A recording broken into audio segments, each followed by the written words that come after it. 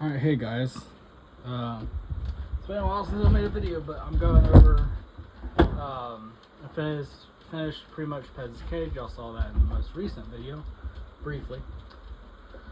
Today I was making a junction box. I printed out two of these. These are 3D printed junction box for the wago connectors. This one's a 3-way. We're gonna get two more out right here. Anyways, I'm not gonna be putting one together because I already got hooked up to the electrical. I'm just doing a rough, showing y'all how to do it. What you're gonna need, this is a standard plug-in wire. What you need to do is in order to use these wago connectors, you cannot use stranded wire. These are for solid wire only. So you're gonna need these crimps here and the crimp tool. These are also called open-end tube crimps, or just plain old tail end crimps. What we're going to use for these, we're going to use the red here, because that is the size that fits this. I want to say it's 18 gauge wire. Let's see if it says it on here. It does not say. Let's see. It does not say what gauge wire it is. Pez is having a panic attack over there, trying to figure out where she wants to go. But in order to get this length, what I do is, before I took off the sheathing here, I took it and I bumped it up to these ribs here, and then marked it, and then cut the sheathing off. And then we're going to take our wire stripping tool and we're going to go like this with it.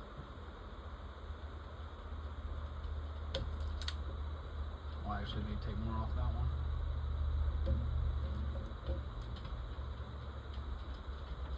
A little bit more off that one. And this one. Alright, those are close enough. Now, in order to use, they have the regular tube end. One of these, this little plastic red end. You can get these. I already have these, and I didn't feel like ordering more of the other type. And so these will not go all the way in there as they are. So what you do is you take them and you get a pair of pliers, easier to do it. Grab them by the end there, and you can pluck these things out. And these will be the exact same. You can also take them out the back end. You can also take them and hit that piece right there on top of something, and it'll pop right out. This way is just a little bit faster. So there's our little garbage pile there. So this is what you would be buying. This little piece here is what you would be buying if you got the regular opened-end tube crimps. They would just come out as this little piece. The only difference between those and these crimps is the other ones still have the flare. They are just put in these plastic protector sheathings, which we're not going to use. So there we go with that. I'm going to put this to the side, and we're going to twist these.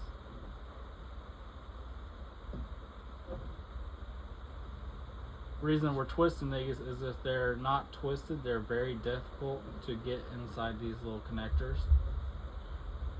And we're on, there's that one. We're gonna go ahead and put all three on.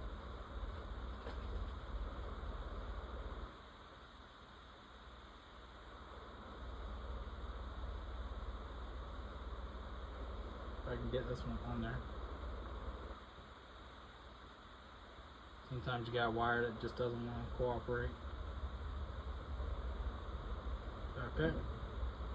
As you're putting them on, try to twist them as you're putting them on. It'll just make it easier.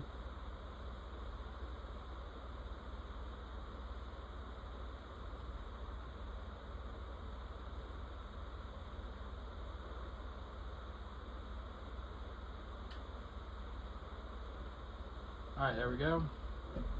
And this is right here is a, let's see, is a 6-way connector. They come in 3, 4, 6, 8. I got the 6. I just like the way it puts the crimp on a little bit more. It goes up to, this one particular one goes up to, I don't know what gauge that is. I don't have the little leaflet in there. It'll go up to, I think, 2 gauge, or no, 4 gauge. Yeah, I think it goes to 4 gauge. So you just put them in there, squeeze, and there's a crimp. And we'll go ahead and crimp all these, and then I'll show you.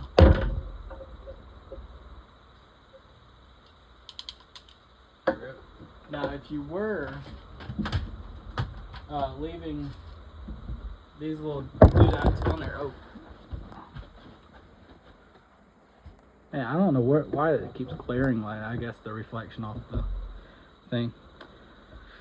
So when you go to crimp these, here's this and this, you would have this slide in there, and then you can move this back and forth, but this plastic red piece kind of helps bottom it out so you don't go all the way through. In our case, we didn't do that, so we crimped them on there,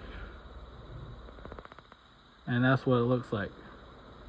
And we're gonna cut these ends off. So put that back in its box. We're done with the crimp tool. We're gonna go back to our cutter, and we're cutting off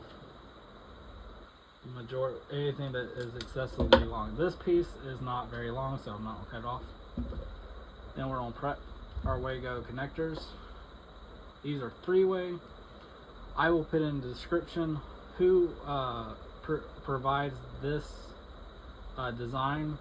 This design, you can change it in the printing software, the height and length of it. Don't change the width of it, because that will change the spacing of these gaps. You can put in, takes 5-way connector, so you can technically put 5 in this print here. You can put 5 wires in this box. 3, that would be 5. What would be?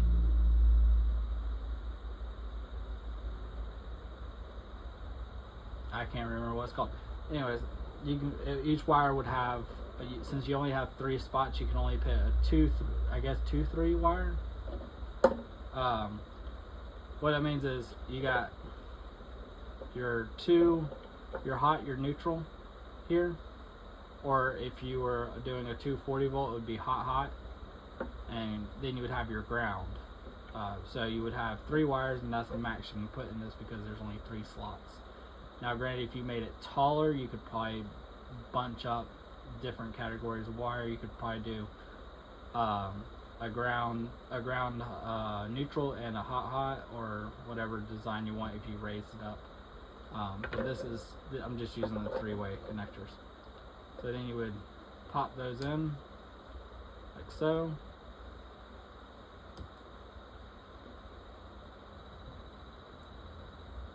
And then those are in there. Then you would come back and put your other 3 wires in. I'm not going to do that right this second. You slide them in. These do have directions, so these little nubs, so there's one nub there, a nub there, and a nub here.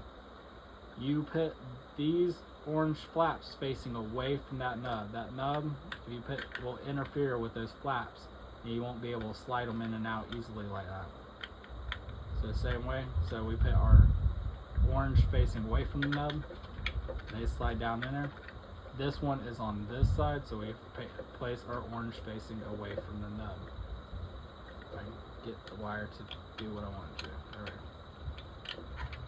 And then there you have it. Then he has this little flap here, and that slides into here. There is a groove there and a groove there. What that does is it keeps it from opening accidentally. You can still get it open if you push it a little bit, and then if you need to take it back out, you pull. Sometimes it depends on light. Okay. Let me get these right here. I'm just pulling them out.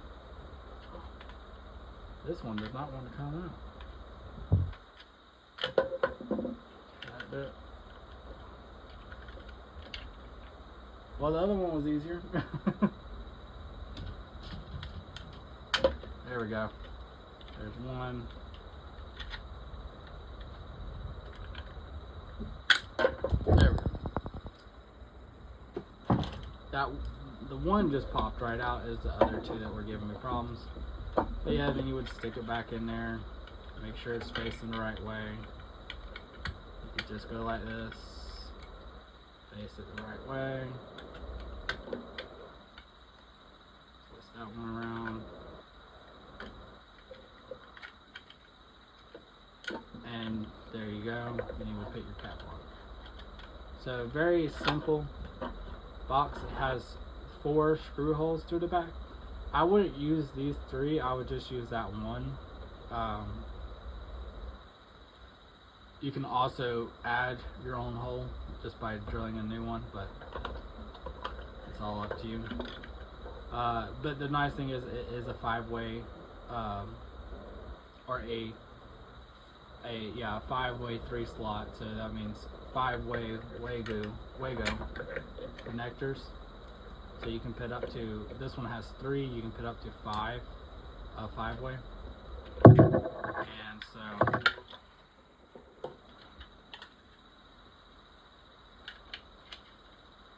this one does not like to cooperate. I'm guessing this one was on the bottom side of that particular print.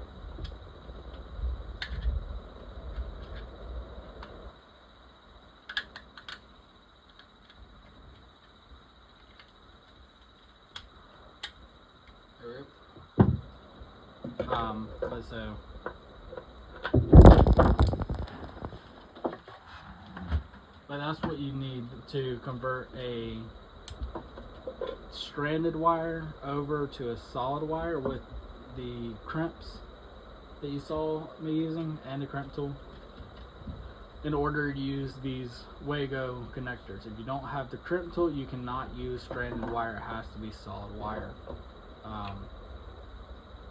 So yeah, in the description though, I will put the actual link to, it's from on Colts 3D. Now I'll put the link in there. I'll show y'all what the finished product looks like. Here is her cage. Oh, let me zoom out. Here's Pez's cage. Yeah, that glare is coming off the glass. So there's Pez. Her lighting is up here. That junction box, I haven't installed it yet, but we're going to take off that lid. And here is the inside of this connector, so you can see how it just ran in there. It goes to that light there, and then it goes to the light over there. So yeah, that's everything. Y'all have a good one. Bye.